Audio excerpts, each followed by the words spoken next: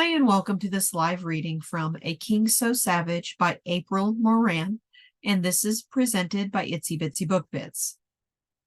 Chapter 1. Slaughtering lambs, such a delicate affair. Be mindful of their softness and their teeth. Wake up, little lamb. Snuggling deeper into sleep, Ava frowned. Go away, she mumbled. The same deep voice spoke again, the cajoling lilt missing. It was now harsh, accusing, and like someone calling out across a vast ocean, the words wavered and rolled. God damn it, Oliver, you gave her too fucking much. The hell I did. Neil said the dosage was precise for her weight. It isn't my fault she went down like a stone when it hit. Good thing, too. Made it a lot easier getting her pretty ass on the jet. She was out the entire time we were in the air. Brow furrowed, Ava shifted restlessly, searching for a more comfortable spot on the pillow, a pillow possessing all the softness of a rock. Dosage. Was she sick? Maybe she was at the hospital, but why would she be at the hospital? That's where people go if there's been an accident, silly. God, whatever drugs they'd given her were really strong. She could barely string two thoughts together, and her head, it pounded with a fierceness that stole her breath. Ava tried burrowing back into the darkness, but a disturbing realization was slowly niggling its way in. Her arms were frozen, leaving her immobilized and helpless. Was she waking from one of her night terrors? Possibly. It had been a while since the last episode, but stress from her recent move could have triggered a reoccurrence. She was always so exhausted in the aftermath of a night terror, the dreamless, terrifying moments in the dark completely draining her. Damn, she really does have a fine little ass, doesn't she? Someone with a rough voice commented. She couldn't possibly still be asleep, not with her head pounding so fiercely. And it couldn't be a night terror. This was too real, but also foreign. She was living it, but that didn't make sense. What a strange dream this is. Keep your fucking eyes to yourself, Oliver. The warning emanated from beneath Ava's head, and puzzled, she turned toward it. Was it wrong to think that voice represented something resembling safety? It didn't sound like it belonged to a man who cared about anyone's safety, much less her own. The blood vessels in her head thumped in agreement. Danger, danger, danger. Greedy lust was apparent in every syllable when the other man replied with an ugly laugh. Come on, King. Just saying the girl's got a fine ass. Tell you the truth, my cock loved every second of her squirming before the tranquilizer took effect. Motherfucker, if you touched her while she was unconscious, I'll slice your throat myself, brother or not. That voice, that one sent chills through Ava, even as she inexplicably gravitated to its owner. Smooth cruelty lurked in its depths, swirling just below the calm surface. It reminded her of a fierce rainstorm on a dusty summer day, tiny droplets of water lashing and stinging until everything was washed clean again. The low rumble of it was familiar and frightening, soothing, yet terrifying. Ava shifted her body, swimming toward a tiny sliver of light far above her. Something was very wrong. The ocean surrounded her deep, inky black, suffocating. A storm raged until the water weighed her arms down. She couldn't move them, couldn't breathe. Her heart pounded in time with the blood in her head. Open your eyes, Ava. The sing-song nature of the command was contradicted by the man's steely tone. Ava slowly blinked. Her face was crushed into someone's chest. The crisp fabric of a man's tailored suit silky against her cheek. She caught the sharp spiciness of cologne, fresh like the sea air, alluring but tinged with notes of peril. A summer storm come to life. Beware the storms at sea. Ava's eyes popped open, then screwed shut again. The dim light burned her pupils. She knew in that moment she was not dreaming. This was terrifyingly real. There you are, the man crooned, his voice a mix of silk and darkness. Muscled arms tightened around her, strong and unyielding, holding her captive. Come on now, open your eyes for me. Ava let out a distressed moan. She was incapable of following that command for longer than a few seconds, and that was scary. Her headache swelled, banging with sharp thumps behind her eyes and into her brain. It hurt so bad. She wiggled in a futile experiment at escaping the arms holding her so tight, but struggling was impossible. Terror built, gathering strength and forming as a scream in the back of her throat. When she opened her mouth, nothing poured out, just a silent cry she could hear only in her own head. Polly, a glass of water for Miss Blue, the man holding her snapped. Now! There was rustling and lowered voices, but Ava could not make sense of their words. She was so foggy, her brain firing off bits of information too overwhelming to comprehend. A metallic taste permeated her mouth, leaving it dry as cotton. Heaviness weighed her down like a ton of bricks heaped upon her chest. How had she ended up here? Am I awake? Ava took a deep breath, forcing herself to focus. Her head thumped with the effort. The last thing she remembered was stepping into the elevator. The hotel, located in Savannah's historic district, served as a temporary home until her new apartment was ready. It seemed safe enough with its mix of tourists and business people. When she smiled shyly at the handsome man already on the lift, he grinned in return before asking her, "Which floor?" "4," Ava had replied. The man leaned forward, tapped the appropriate button with a manicured finger, and blank. It was all a blank. What happened next? Brow crinkling, Ava trembled in delayed reaction as the cobwebs began clearing. She opened her eyes, blinked again, then shut them tight once more. Let's sit you up, the owner of that beautiful voice murmured. Strong hands moved Ava until she was sprawled sideways in what was obviously a man's lap. She was cradled like one would hold a doll, settled into a position which left her legs dangling over a pair of muscular thighs. Beneath her buttocks, something hard and unyielding twitched in response to her involuntary movements. Ava's eyelashes fluttered, her head tilting back. Her gaze became more focused as she stared up at the man holding her. He was beautiful, achingly, dangerously beautiful. He possessed finely molded features, his skin lightly tanned and boasting a razor-sharp jawline shadowed with dark stubble, high cheekbones, full, sensual lips, which now quirked upward with a hint of cruelty as Ava studied him in dazed confusion.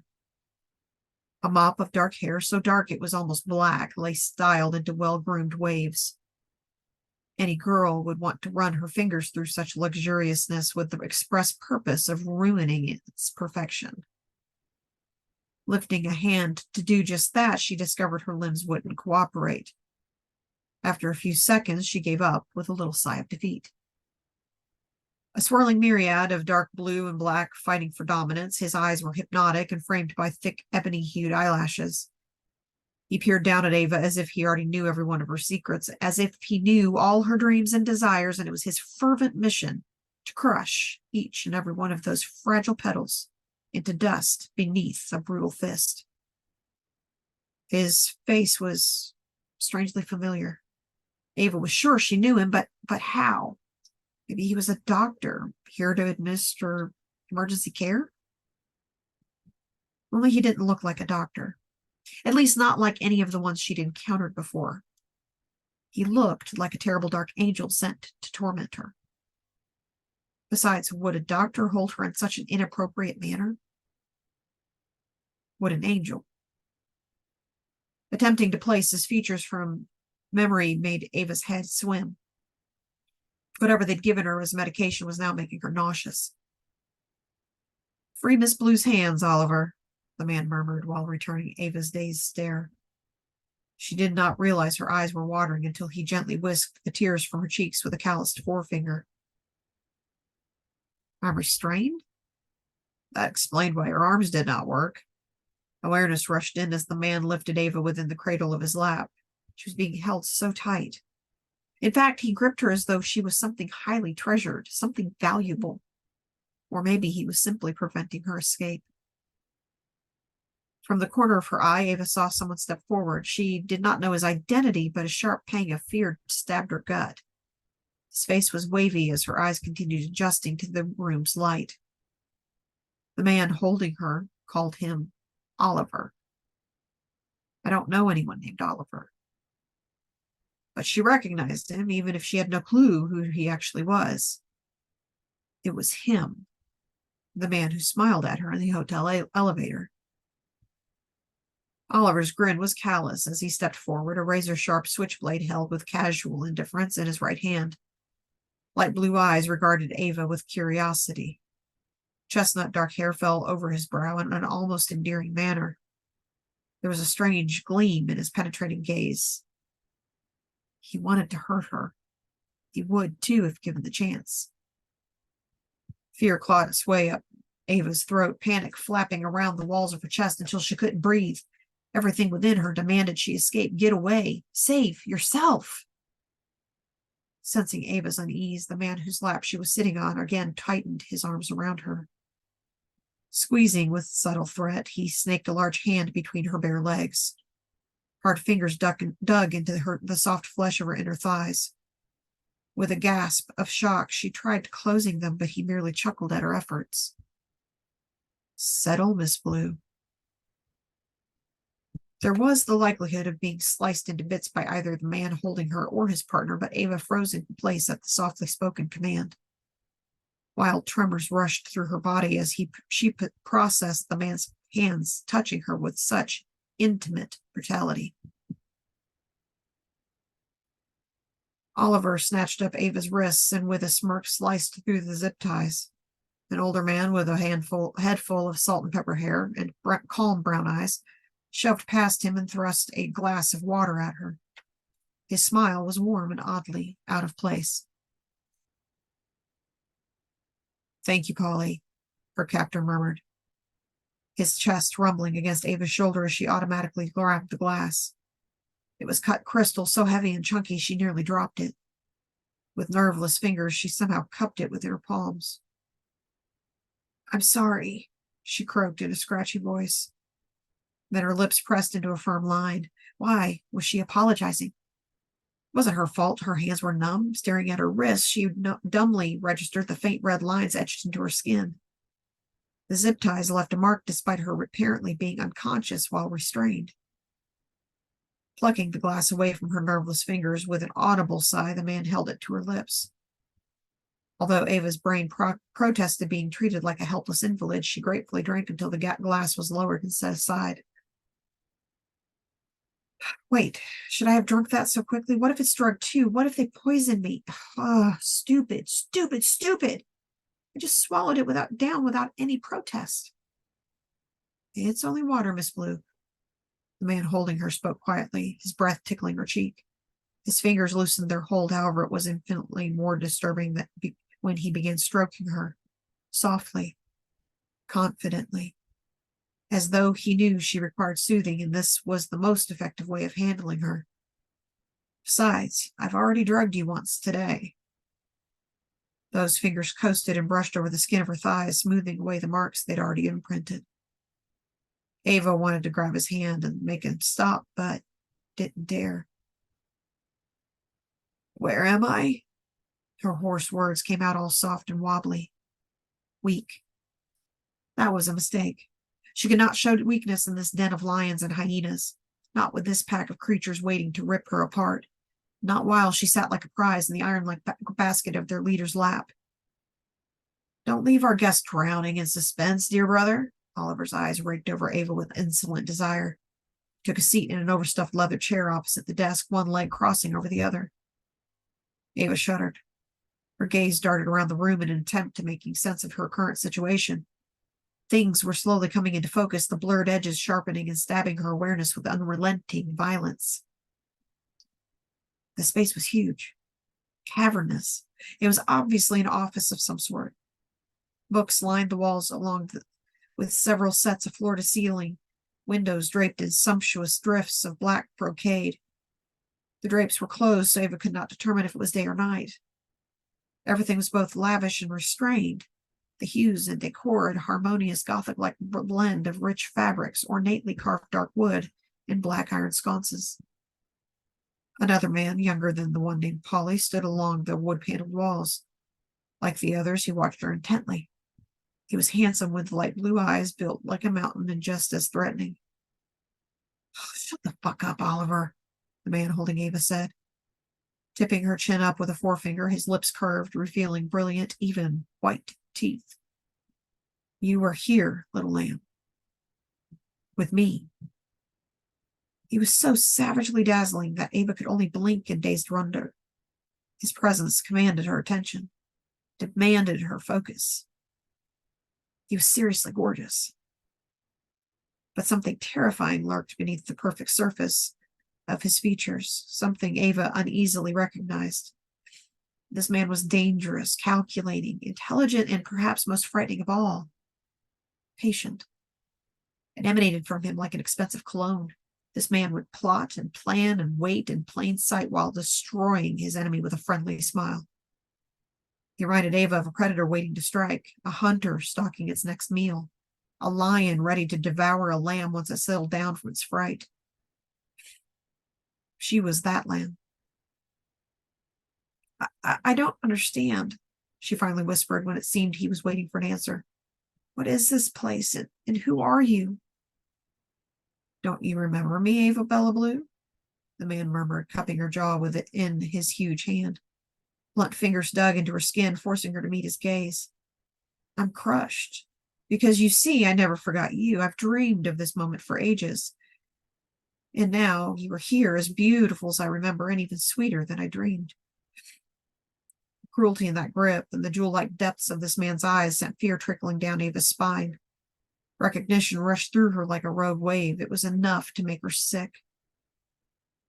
Hot bile rose in her throat, burning and sticky. With great difficulty, she swallowed it down. "You're friends with my brother," she acknowledged in a whisper. "And my father worked for you." "Ah, you do remember me." His grin widened while those cruel fingers tightened just enough to leave a faint mark along her jawline. "Although I wouldn't say your brother and I were exactly friends, would you?" Ava did not answer. How could she when her mind was in a swirl? Kingston Von Winter. King. A man who showed no mercy to those who crossed him. A man whose shadowy reputation as the ruler of Bitter Springs and everything surrounding it had only deepened over the past 10 years. A man whose rise to power was both mystery and legend. At the age of 30, Kingston Winter had a fortune at his fingertips, a city under his heel, and an endless list of people who wanted to see him enthroned. Ava first met him when she was 15. Kingston was 6 years older and already a mysterious figure. Tall, dark, obviously handsome, painfully intelligent. With his own father dead, Kingston came around their house often. Maybe he was unnaturally interested in their family life. Maybe he was simply making sure Ava's father, a successful estate lawyer, handled his affairs properly. Or maybe he enjoyed escaping the frantic whirl of college life during his senior year. Ava wasn't sure. But he was a frequent guest of her father's, and she always carefully avoided him. Because there was something unnerving in the way Kingston watched her back then. He would smile as if he knew a secret he would never tell. An air of blatant sexuality clung to the man, and Ava remembered her girlfriends giggling over what it would be like to kiss Kingston Winter. He was every teenage girl's fantasy. Admittedly, Ava had often fantasized about him, wondered how firm Kingston's lips would be against hers, if his large hands would be rough or gentle, and she wasn't sure why, but she was certain his touch would be brutal, savage, forbidden, but worth it. In her innocence, she recognized Kingston's appeal and found it both confusing and infinitely fascinating. But that was years ago, before the man holding her became one of the most feared men along the eastern seaboard. He was a ghost of sorts, a monster strolling in to wreak havoc, then sitting back so he could admire the carnage left behind. Now she wondered why she was within his grasp. Ava sat up straighter, and Kingston's grin melted as she tried inching away. Those blue-black eyes darkened with interest, coming alive as she began pulling herself together. She recognized that glint. It was the desire to hunt, and he liked seeing her scared.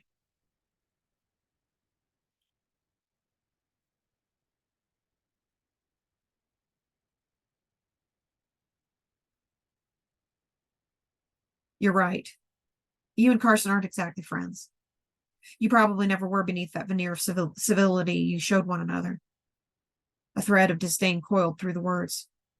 We're not friends either, so tell me why I'm here, Mr. Winter. Oh, I do love a woman with a bit of backbone. It makes breaking them all the sweeter. And you will address me as sir from this point forward, little lamb. It was foolish, maybe even reckless, but Ava's anger surged.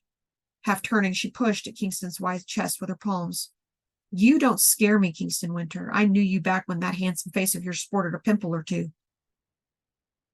The man simply laughed at the show of bravado and then actually preened for her benefit. You think I'm handsome? Did you all hear that? Miss Blue finds me attractive.